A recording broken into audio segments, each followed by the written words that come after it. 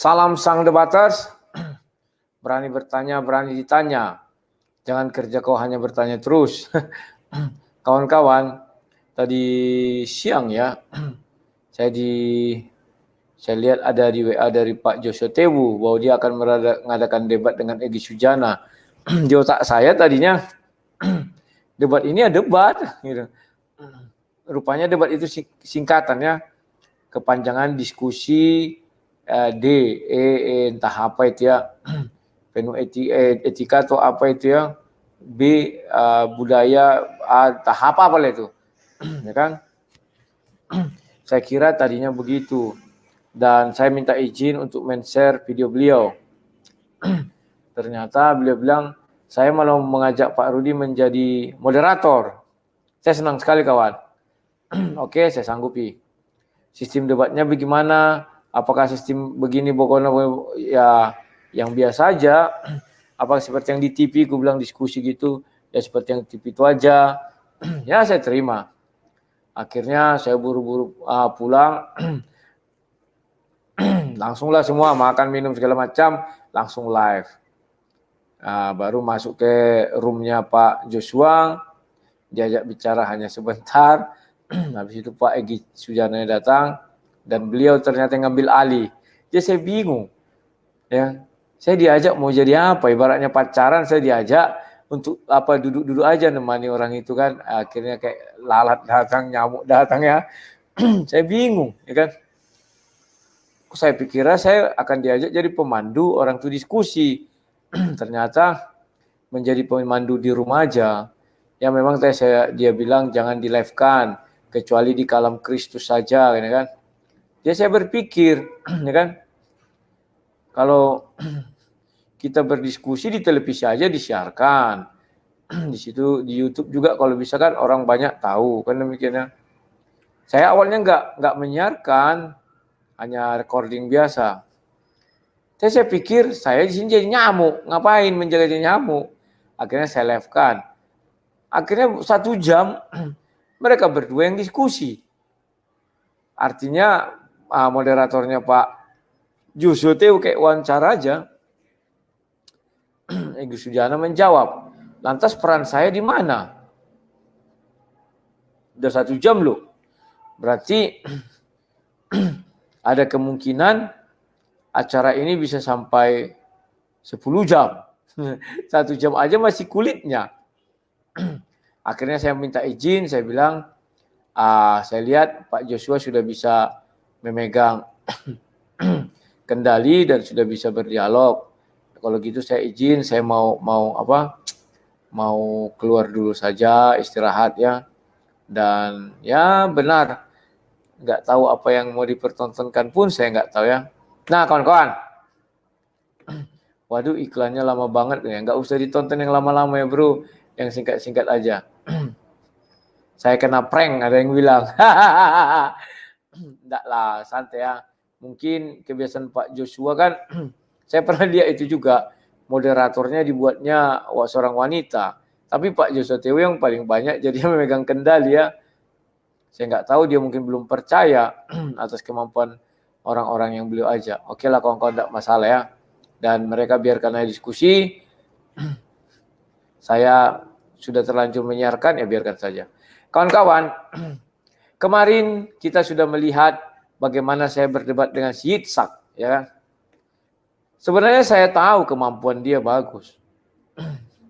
Dan setelah saya lihat ternyata dia menyiapkan ayat-ayat yang mungkin dia sudah lafalnya itu sudah dia baca, sudah dia pelajari. Karena saya lihat dia masih muda ya. Bagus cara dia melafalkan, bagus. Mungkin karena kita nggak tahu, ya kita anggap bagus saja. Artinya apa kita nggak tahu. Tetapi seperti yang saya katakan dulu, ada filmnya si Said, Bajai Bajuri. Ketika orang itu membuat acara, siapa yang bikin doa? Dalam Said. Bapak saja, oh jangan, ommu saja. Karena pamanmu itu asli dari Arab. Oke, saya tanya dulu, kata Said. Jadi Said mulai bahasa Arab, datang yang lain mulai ngangkat tangan. Ya kan, ini orang itu berbicara, yang lain bilang amin. Setiap dia berhenti, amin. Padahal yang dibilang orang itu misalnya, bagaimana Pak, apakah kau bersedia untuk memimpin doa? Datang yang lain, amin, amin. Karena nggak tahu apa bahasa Arabnya kan. Ya itulah. Jadi saya memiliki kelemahan di situ dan saya akui itu. Ya. Maka saya sebagai seorang pendebat, orang pendebat itu tidak boleh kehilangan akal. Ya kan? Saya tahu pada bagian mana porsi saya. Ya. Maka saya debatlah dia dari porsi yang tepat. Karena bicara kami tauhid dan Tritunggal. Sebab saya percaya seagama Yahudi maupun agama Muslim mengakui bahwa Allah itu tidak dikatakan Allah, atau Tuhan itu tidak dikatakan Tuhan, atau Elohim itu tidak dikatakan Elohim, atau Hashem itu tidak dikatakan Hashem, jika tidak memiliki suara. Kan demikian. Karena kalau tidak memiliki suara, dengan apa dia mencipta? Lantas bagaimana ada kitab suci kalau nggak bersuara? Saya tahu itu. Jadi untuk pembuktiannya saya serang dulu, silakan kamu jelaskan Kejadian 1 ayat 2 ayat 3. Dia saya lihat, kita kan harus cepat mengerti kawannya. Dia saya lihat mengerti akan tulisan itu, dia pahami karena dia tahu saya akan bertanya dari situ, ya kan? Bahasa Ibrani dia lancar, oke. Mau saya bilang kian kamu lulus membaca. Ya kan? Cocok kamu ikut lomba membaca Bible dalam bahasa Ibrani, kan demikian. Setelah itu ketika dia membaca, dia berusaha menguraikan. Nah, ketika dia menguraikan, saya melihat kelemahan di dalam setiap uraian dia. Akhirnya saya tahu kelemahan dia, ternyata dia hanya bisa membaca yang tersurat. Yang tersirat dia tidak bisa membaca. Dan saya sudah yakin kan dia tauhid. Maka dia akan berusaha mati-matian menentang yang namanya Tritunggal. Maka dia rubahlah ruah di situ menjadi angin. Angin, bawalah aku berkelana, kan gitu kan ya. Saya tahu dia itu seperti itu, begitu dia menjelaskan saya tahu, ya sudah saya sudah pegang kelemahannya dan sudah saya kunci, ya kan? Maka mulai saya melaksanakan aksi. Nah, menurutmu, saya bilang kan, Kejadian 1 ayat 1 apa? Hashem. Kejadian 1 ayat 2 apa? Ruah. Ruah di situ bukan roh, tapi angin. Maka itu roh itu diciptakan. Dua dibuat dia kesalahan, kekeliruan. Pertama mengenai roh dan angin. Dia berusaha tidak akan mengatakan itu roh karena dia untuk menghindari Tritunggal. Artinya dia sudah tahu Tritunggal itu ada. Maka harus dirubahnya ini menjadi angin. Maka saya tanya, hari keberapa angin itu dicipta? Karena angin itu hanya ada di dunia. Di surga saya nggak tahu apakah ada angin, apakah tidak. Ya kan? Kan demikian. Di ruang angkasa apakah ada angin namanya? Saya nggak tahu. Bukan, mungkin ada kayak gitu, tapi bukan angin mungkin namanya. Ya. Jadi saya pikir inilah kelemahan dia. Dia nggak bisa menjawab kapan angin itu diciptakan. Baru yang kedua, saya tanya beliau, angin itu fungsinya apa? Dia nggak bisa juga jawab, ya kan? Makanya kalau angin kan bukan melayang-layang tapi berhembus. Oke, saya bilang, ya kan? Maka saya mulai Kejadian 1 ayat 3 mengenai firman. Di situ pun saya lihat dia sudah grogi habis juga. Dia mengatakan bahwa firman itu juga diciptakan, ya kan? Firman itu bukan Tuhan, katanya. Jadi saya tanya juga, pada hari keberapa firman itu diciptakan? Dia juga tidak bisa berkata. Oke. Maka yang selanjutnya yang saya lakukan, SOP-nya adalah ingin membuktikan apa sih Tritunggal itu. Maka saya mulai dengan kalimat bahwa di dalam Alkitab saya pun mengakui tidak ada kata Tritunggal, ya kan? Tersurat. Tapi yang tersirat ada. Itu terdapat di Kejadian 1 ayat 1 sampai 3 dan saya jelaskan. Maka saya merujuk kepada Kejadian 1 ayat 26 juga saya jelaskan. Dan penjelasan saya begitu terang, saya lihat dia tetap tidak paham. Sebenarnya bukan tidak paham, dia ingin meruntuhkan pernyataan saya maka dia melawan apa yang seharusnya tidak dia lawan. Maka saya serang dia. Apakah Tuhanmu bisa dikatakan Tuhan? Saya bilang Tuhan yang di kepala dia, yang pikiran dia ya, Tuhan yang di pikiran dia, bukan Tuhannya dalam Bible. Ada saya bilang gitu, karena saya takut menghujat Tuhan yang dalam Bible, ya kan? Maka saya katakan kepada dia, apakah Tuhan yang di kepalamu tetap dikatakan Tuhan?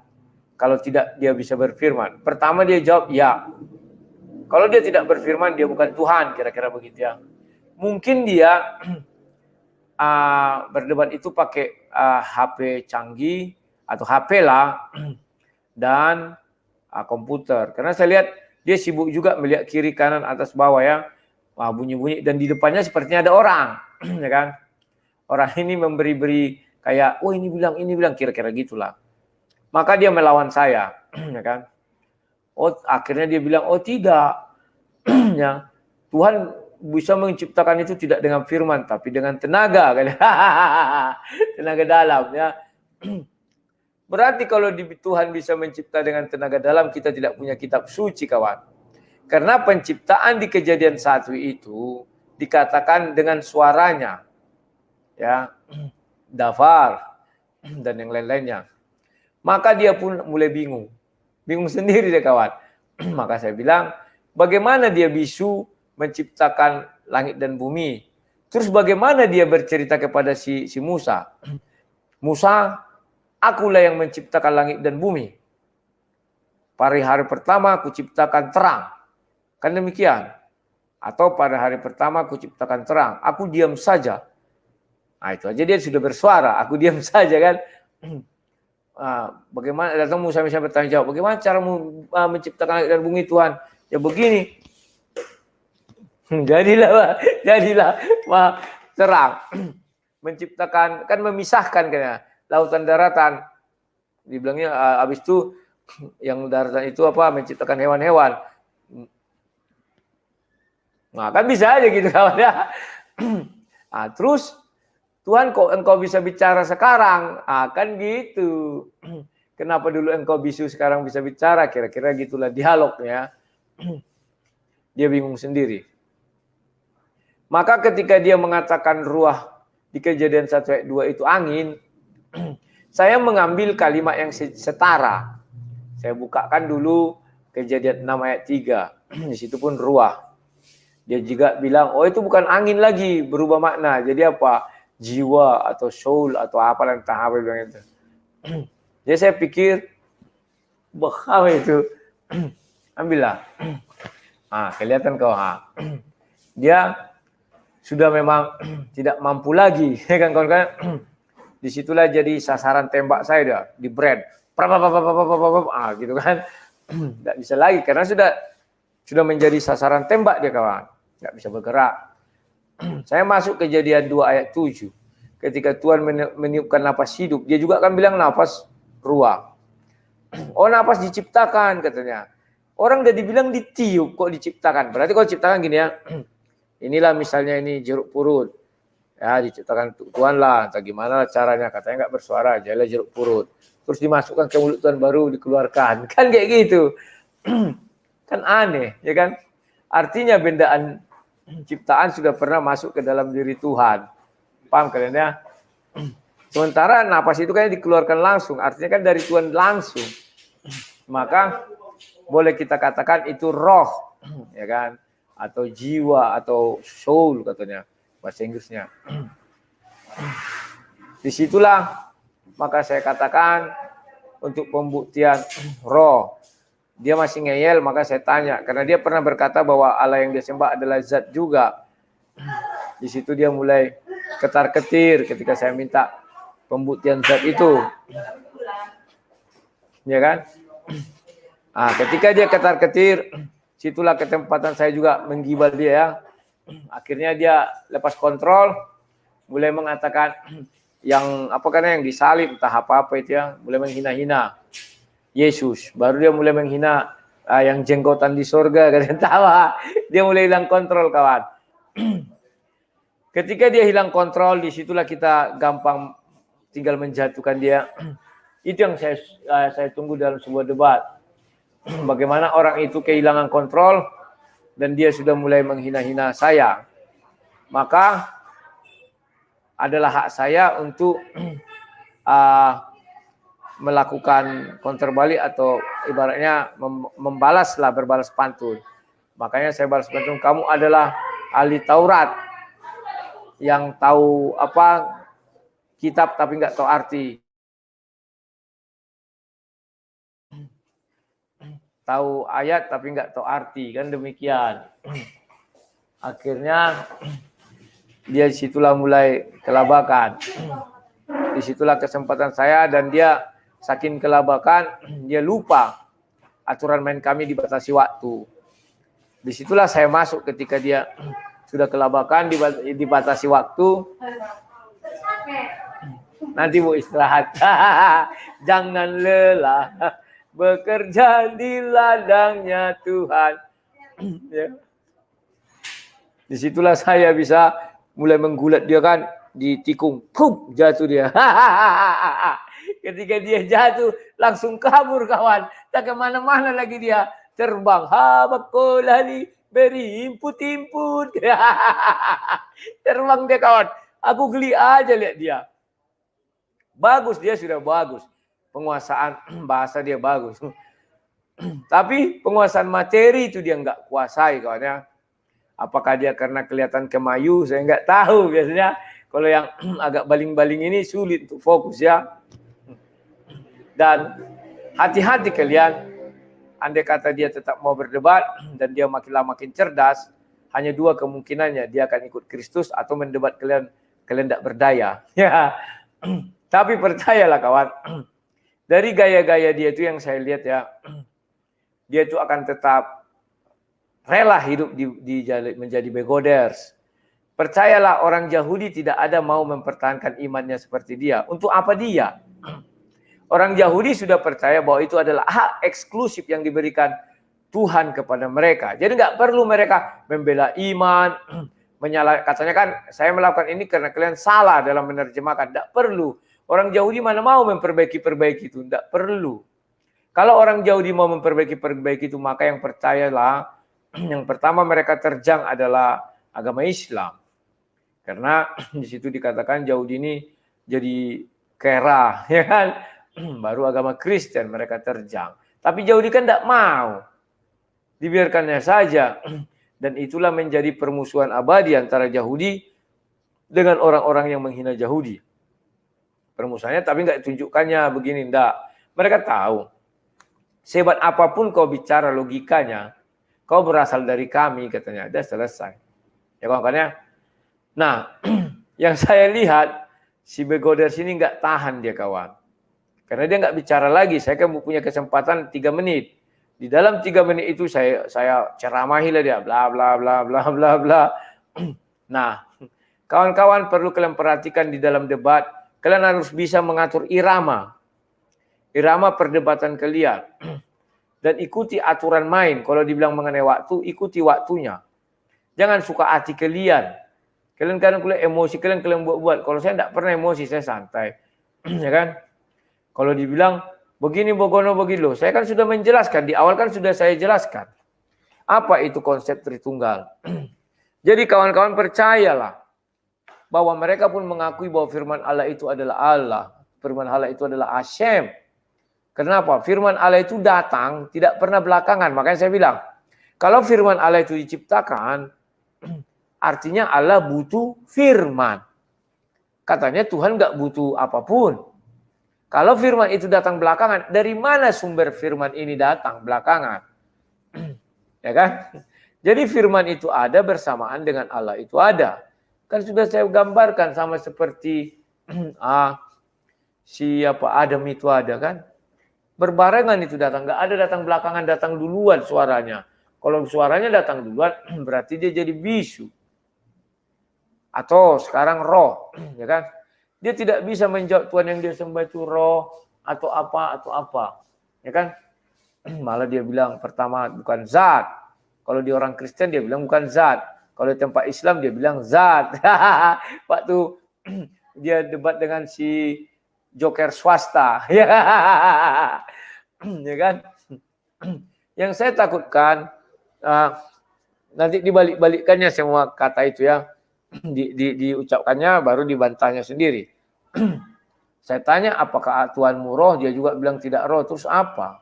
Bagaimana dia mempunyai dua tangan dengan kedua tanganku, mempunyai mata, mempunyai mulut, dengan mulutnya langsung berbicara, dengan kaki berjalan-jalan. Dia hanya bisa bilang, oh Tuhan yang kami sembah tidak seperti yang kau pikirkan, jalan gini-gini. Lah buktinya di kitab suci dikatakan berjalan, ya kan? Kalau kami meyakini bahwa Tuhan yang kami sembah itu ya seperti si Adam, makanya si Adam itu dibentuknya serupa dan segambar dengan dia. Jadi kawan-kawan, itulah trik-trik debat yang harus kalian ketahui. Jangan sok-sok kalian lawan dia di segi bahasa. Karena sebelumnya saya sudah mengetes bahasanya memang bagus. Ada kebodohan orang Kristen itu gini loh. Sudah tahu dia jago bahasa, sok-sok dilawan dalam segi bahasa. Dia lafalnya itu memang sudah lafal. Kecuali Nandar Bili-Bili Bolo-Bolo kita tahu. Karena dia misalnya orang Jawa Barat. Ya nggak mungkin lah dia tahu bahasa Ibrani. Yang kemarin itu juga dia saya pikir mungkin kursus dia. Kursus bahasa. Apa? Loh. Di ruang gudang coba. Ya. Karena saya tahu dia sudah pandai mengenai itu. Saya tidak menembak di bagian itu kawan. Jadi cerdiklah seperti merpati. Cerdik seperti ular, tulus seperti burung merpati ya. Kalian harus bisa melihat sasaran tembak. Bolehlah kalian ginikan mata kalian satu, tapi jangan dua kalian ginikan, tidak nampak. Adalah satu kebodohan, misalnya saya ajak dia berdebat, oh bukan ini, ini loh, dengan bahasa. Dan kami nanti akan kelamaan di bahasa itu. Ya. Dan saya memang harus, mau tak mau harus belajar lagi ulang bahasa. Ya kan? Ya maaflah kawan-kawan bukan membanggakan diri. Untunglah saya ya sudah senior lah, sudah sering berbahasa ya kan. Berdebat. Jadi saya tahu mana yang mau saya ucapkan. Penting intinya judul kami Tauhid dan Tritunggal. Maka harus ada pembuktian. Maka saya sudah membuktikan bahwa dia tidak bisa mempertahankan Tuhan yang dia sembah itu adalah satu. Salah, tidak terpecah-pecah. Gak bisa. Ya kan? Sementara saya bisa mempertahankan bahwa Tuhan yang saya sembah itu membutuhkan firman. Ya kan? Membutuhkan roh. Karena dari Tuhan itulah berasal roh, sumber kehidupan. Ya kan? Maka saya katakan dia bukan Tuhan jika tidak memiliki firman. Kerat telinga saya bilang. Kalau bisa kau tunjukkan satu ciptaannya tanpa menggunakan firman, ya kan? Tahap apa dibilangnya? Tahap apa? Ya kan kawan-kawannya? Jadi percayalah Tuhan itu tidak akan bisu. Kalau dia bisu kan lucu kawan. Buktinya kita punya kitab suci. Terus dibilang, oh Tuhan menciptakan benda apa misalnya hewan-hewan dengan bisu. Ya kayak mana cara dia menciptakan dengan bisu? Misalnya dia bercerita kepada si Musa. Musa, aku menciptakan hewan dengan cara... Kan lucu kawan. Ya kan? Maka ujianlah di sekolah. Dengan cara apakah Tuhan menciptakan hewan-hewan? Saya mau, kata si Musa, muka sadis. Musa orang Indonesia, muka sadis. Ya silakan Musa. Begini Bu caranya Bu. Di Kejadian sekian ayat sekian. Berfirmanlah Tuhan. Berfirman. Tuhan bercerita kepada Musa bahwa dia menciptakan hewan dengan cara. Kan lucu kawan. Ya kan? Padahal Tuhan menciptakan cukup. Berfirmanlah Tuhan jadilah hewan. Jadi. Itulah sebabnya dia tidak. Kalian tahu nggak kenapa saya tidak mau masuk ke perjanjian baru? Karena dia sudah menghina-hina perjanjian baru. Saya pernah lihat dia bicara ya kan. Dibilangnya ditunjukkan gambar Yesus disalib berkolor ini yang berkolor ini. Bukan ini. Mulutnya lantam sekali kawan. Ya kan. Siapa Lady Boy. Lantam sekali mulutnya itu. Wajahnya boleh kalian lihat. Wajah-wajah apa namanya itu, innocent saya atau wajah-wajah tak bersalah lah. Tapi ngeri, tajam sekali bibirnya itu kawan. Kan kalian dengar dibilangnya yang jengkotan di sorga kan ya. Sadis kawan, ya kan? Maka saya harus memberi pengajaran sama dia. Saya bal-bali lah dia sampai nengel. Sampai lari dia kawan terkencing-kencing. Gak muncul lagi, gak bulop lagi dia di ruang debat. Kan itu bukti lari dia kan. Terkencing-kencing, gak tahu lari kemana dia kawan. Ya kan? Saking sudah gak berdayanya lagi, akhirnya dia lari mengadu sama mamanya. Mama, aku ditempeleng Om Ludi, katanya Om Ludi. Ya, aduh. Jadi mamanya, tenang nak, nenen dulu. Nenen lah dia kemarin kawannya. Karena sudah kena tampari dia kawan. Jadi kawannya si jenggot siapa, Benjamin namanya siapa itu kan. Itu pun kurasa udah marah kali sama dia tuh. Tolol kali kau, mungkin dari tolol-tololi juga itu menurutku ya.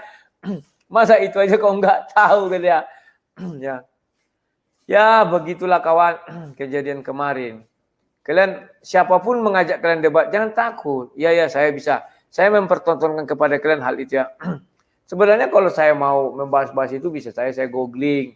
Saya dapat bahasa Indonesia itu menggunakan kitab suci bahasa Ibrani yang ada tulisan Latinnya kan. Saya tinggal baca, tinggal atur-atur bicara saja biar agak mantap juga. Kawan-kawan, berhubung saya sebenarnya baru pulang dari Bengkalis jadi agak letih. Tapi saya buru-buru gara-gara Pak Joshua mengajak saya jadi moderator. Ternyata kena prank. Hanya duduk-duduk di situ. Gini-gini saya menunggu 1 jam. 2 jam nanti 10 jam tak akan jadi kan. Ya udahlah. Mungkin saya moderator serap. Begitu beliau capek nanti. Ada pertanyaan dari audiens. Mungkin saya lah dipakai ya. Sudahlah. Kawan-kawan saya cukupkan dulu sampai sekian. Biarlah saya monolog. Jangan lupa mungkin besok saya sudah mulai mengajar apa namanya itu, mengajar isi kitab suci ya. Ya kalian dukunglah. Sudah saya kasih modul pertamanya, kalian download atau kalian buka, gampang. Diklik aja kalau pakai komputer terbuka dia tuh, pakai handphone juga mungkin ya. Dukung kalian saya kawannya biar tetap semangat, biar tetap sehat. Saya kadang kalau kecapean saya masih agak belum bisa ya. Mau dia keluar darah ya. Gak tahu saya dari mana darah itu. Apalagi kalau saya misalnya mencangkul kemarin kan, pas tiba-tiba kalau saya, dia bilang keluar dia kawan. Tapi memang hanya sekali aja. Cuman apa penyebabnya berarti belum bisa saya kerja berat. Jadi harus saya jadi anak lady boy kayak si Hitsak. Ya, dia mengatakan tidak ada nabi yang meyakini Tritunggal. Siapa bilang? Saya bilang Musa aja bilang suara itu ya Tuhan, kayak pan Tuhannya nggak ada. Artinya ada yang berbicara dan semua yang keluar dari Tuhan yang berbicara itulah Tuhan juga, saya bilang kan. Akhirnya terakhir dia mulai mengetes saya mengenai Yesus dan di situ juga dia sampai terkencing-kencing. Saya buat perumpamaan, saya mengirim digital saya ini. Jadi kalau mati digitalmu kamu kan enggak bisa diutus orang penistaan agama pula saya di dunia. Panik dia kawan. Tak apa-apa lah kawan ini saya pikirkan. Tapi ya sudahlah. Saya akan mau menantang si Donald Bebek. Dia buat sebuah video tentang saya. Kata kawannya dia dikirim. Waktu itu saya bilang, apakah ada Tuhan di dalam diri manusia? Mungkin dia kasih ayat. Dia nggak tahu manusia, maksud saya Tuhan di dalam diri manusia itu seperti apa. Seperti Yesus itu yang saya maksud. Kan enggak ada. Tapi sudah, saya belum nonton videonya. Semoga dia mau menantang saya debat lagi. Tapi saya pikir kemarin dia sudah saya tampari bolak-balik sampai nengel. Dia pun saya pikir tidak akan berani berdebat ya. Enggak percaya kalian tunggu saja. Ya, kalau dia berani dia mengajukan geram mualaf. Tapi mungkin dia sudah, kalau hanya modal itu aja dia akan ketar-ketir juga. Oke kawan-kawan, karena saya sudah capek, saya ucapkan dulu sekian. Kita jumpa besok. Besok saya akan mulai membuat pengajaran di channel yang satu lagi ya. Kalau kalian channelnya Mari Belajar Isi Alkitab. Atau kalau sulit gunakan New Sang Debaters. Dia dapat dan kalian add saja. Setelah kalian add, ya sudah, kalian bisa ada situ tutorialnya sudah saya buat, tinggal di download. Oke, sekian terima kasih. Salam sang debater.